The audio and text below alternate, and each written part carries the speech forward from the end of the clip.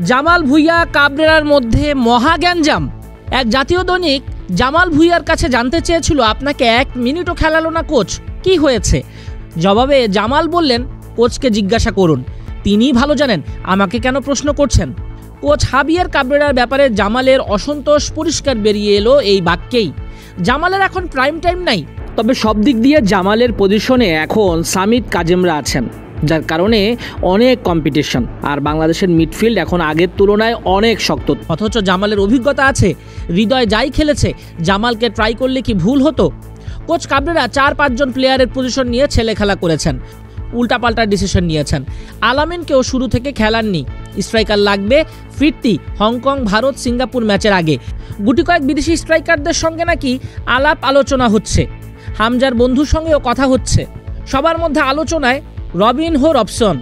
যারা বসুন্ধরা কিংসের বিদেশি ফুটবলার রবসনের খেলা দেখেছেন, তারা নিশ্চয়ই তার অ্যাবিলিটি সম্পর্কে জানেন। দক্ষিণ এশিয়ায় রবসন দারুণ একজন ফুটবলার, ফ্লেমিঙ্গোতে খেলা প্লেয়ার, নেইমারের সাথে একাডেমিতে একসঙ্গে খেলেছেন। বাংলাদেশ লিগ যারা সবসময় ফলো করেন, রবসনের খেলা ও পারফরমেন্স দেখার জন্য প্রত্যেকেই বসে থাকেন টিভির সামনে। রবসনকে বাংলাদেশে খেলানোর জন্য কি নিয়ম আছে? এখনই কি রবসন খেলতে পারবেন? না, এখনই রবসন খেলতে পারবেন না। তাকে অন্তত আরও একটা বিপিএল সিজন খেলতে হবে, এরপর বাংলাদেশের হয়ে খেলার সুযোগ পাবে ফিফা নিয়ম অনুযায়ী। এই নিয়মে জাতাকলে পড়তে হচ্ছে রবসনকে, কারণ তিনি পূর্বে যখন ছিলেন তখন 4 বছরের কিছু সময় বেশি খেলেছেন, কিন্তু 5 বছরের কোটা পূরণ করেননি। আর ফিফার নিয়ম অনুযায়ী 5 বছর কেউ না খেললে কোনো দেশের হয়ে খেলতে পারেন না।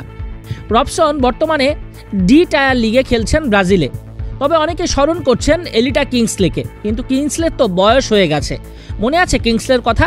2020 সালে নাইজেরিয়ান পাসপোর্ট ত্যাগ করে যখন তার পিক টাইম চলছিল, তখন বাংলাদেশের পাসপোর্ট নিতে নিতেই তার 8 থেকে 9 মাস লেগে যায়। তারপরে যখন বাংলাদেশ দলে অন্তর্ভুক্ত হলো, তখনই অল্প কয়েকটা ম্যাচ খেলার পরই তাকে ছেঁটে ফেলা হলো। ফিটনেসের জন্য তাকে বাদ দেওয়া হয়েছিল, এরকম বলাবলি হচ্ছিল। এত বছর পরও কিংসলে এখনও অপেক্ষা করেন। হামজা, সমিত, ফাহমিদুলদের দেখে তার মনেও আশার সঞ্চার হয়েছে, তিনি আবার জাতীয় দলে ডাক পাবেন। এজন্য নাকি তিনি ফিটনেস নিয়ে কাজও করছেন। মাঝে মধ্যে সোশ্যাল মিডিয়ায় ছবি ছাড়েন, বলেন লাল সবুজ রং আমার গর্ব। তবে কিংসলেকে নিয়ে জাতীয় দল হয়তো আর কখনোই ভাববে না। রবসনকে আনার প্রক্রিয়াতেও কিংসলের বিষয়টা স্মরণ করা উচিত। বাংলাদেশ দলে এমন কাউকে খুঁজে নেওয়া উচিত যিনি বাংলাদেশের বংশোদ্ভূত। তবে কাজটা কঠিন। বাফুফে অনেক কঠিন কাজ সম্পন্ন করেছে, এরই মধ্যে বিদেশি প্লেয়ারদের নিয়ে এসেছে, কিউবা মিচেলও আসছে। তবে ওই একটাই হতাশা, ভালো স্ট্রাইকার পাচ্ছে না। রবসন কি শেষ পর্যন্ত বাংলাদেশে আসবেন বাফুফের অফার পেলে? বাফুফে কি বিষয়টা নিয়ে কাজ করবে বা করা উচিত?